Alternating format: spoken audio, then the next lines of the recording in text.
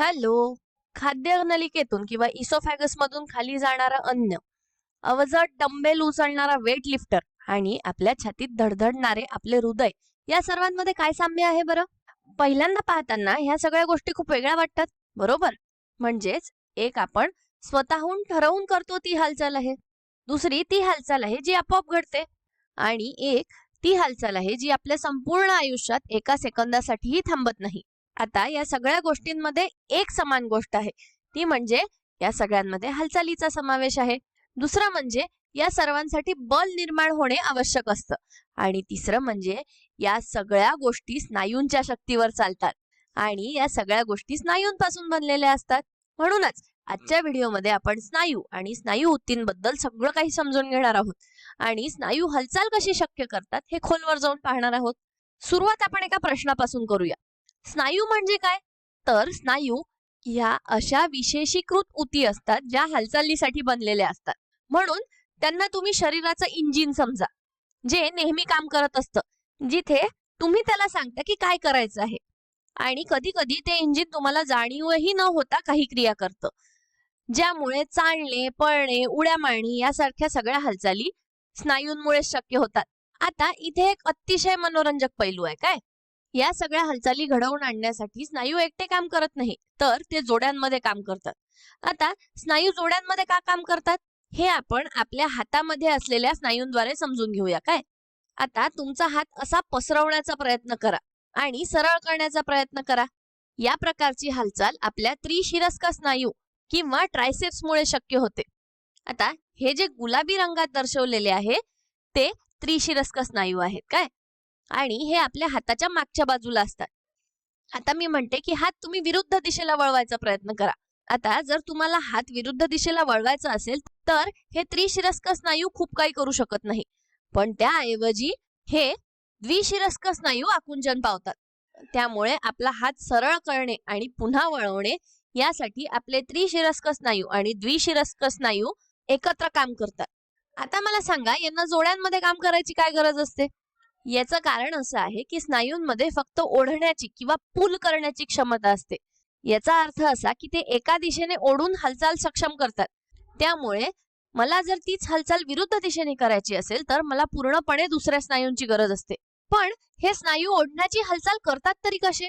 आणि स्नायू कशापासून बनलेले असतात? तर हे स्नायू ओढण्याची हालचाल कशी करतात हे समजून घेण्यासाठी स्नायू कशाचे बनलेले आहे हे समजून घेणं आवश्यक आहे. आता जर आपण स्नायू ऊतींचे किंवा मस्क्युलर टिश्यूचे बारकाईने निरीक्षण केले तर ते अर्थातच स्नायू पेशींपासून बनलेले असतात आणि या स्नायू पेशी लांब तंतूसारख्या असतात. यांच्या आतमध्ये संकोची प्रथिने किंवा कॉन्ट्रॅक्टाईल प्रोटीन्स असतात, जी काही विशेष प्रथिने असतात. आणि याच संकोची प्रथिनांमुळे स्नायूंचे आकुंचन आणि शिथिलीकरण होऊ शकते. जेव्हा स्नायू आकुंचन पावतात तेव्हा आपण त्याला स्नायूंचे आकुंचन किंवा मसल कॉन्ट्रॅक्शन म्हणतो आणि ते ओढण्याची हालचाल निर्माण करतं. पण जेव्हा ते पूर्वस्थितीत येतात तेव्हा त्याला आपण स्नायूंचे शिथिलीकरण किंवा मसल रिलॅक्सेशन म्हणतो.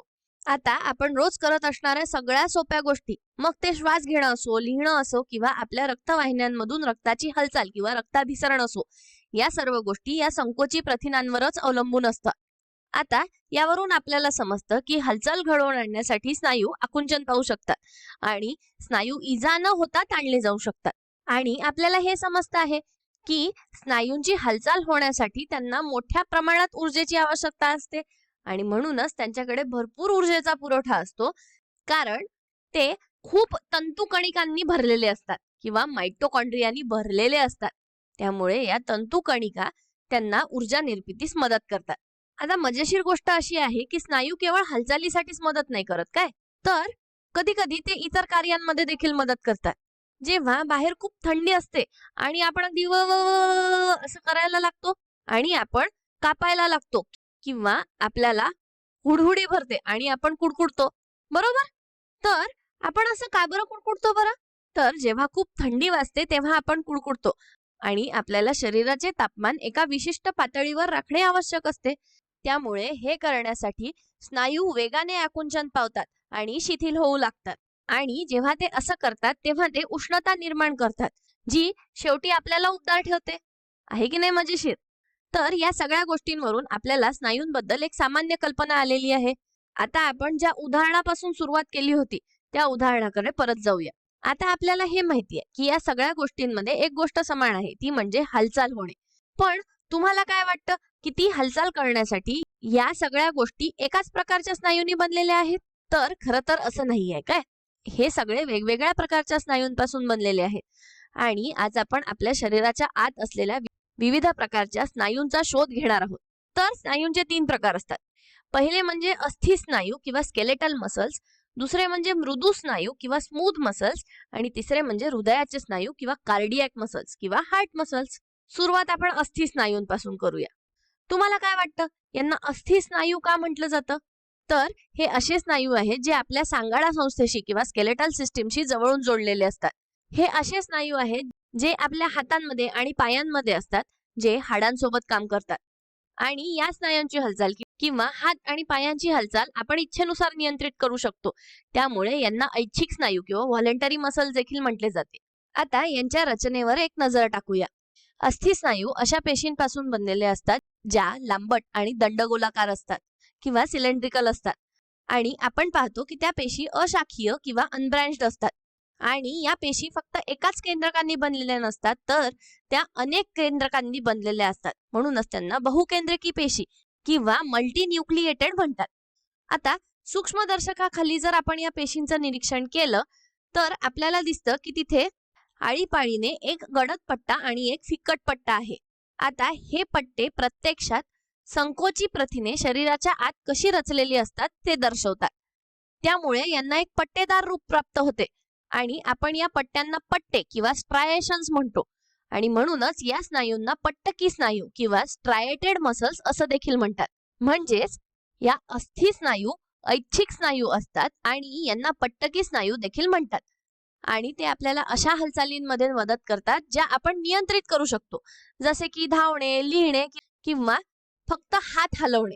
आणि हेच आहेत अस्थि स्नायू किंवा स्केलेटल मसल्स. आता पुढे मला सांगा की अन्ननलिकेतून जाणारे अन्न, रक्तवाहिन्यांमधून जाणारे रक्त आणि मूत्राशयाची हालचाल, या हालचालींना आपण नियंत्रित करू शकतो का? तर नाही, आपण या हालचालींना नियंत्रित करू शकत नाही. आणि म्हणूनच या स्नायूंना मृदू स्नायू किंवा स्मूथ मसल्स असं देखील म्हणतात, ज्यांची हालचाल आपण नियंत्रित करू शकत नाही. म्हणूनच यांना अनैच्छिक स्नायू किंवा इनव्हॉलेंटरी मसल्स असं देखील म्हणतात.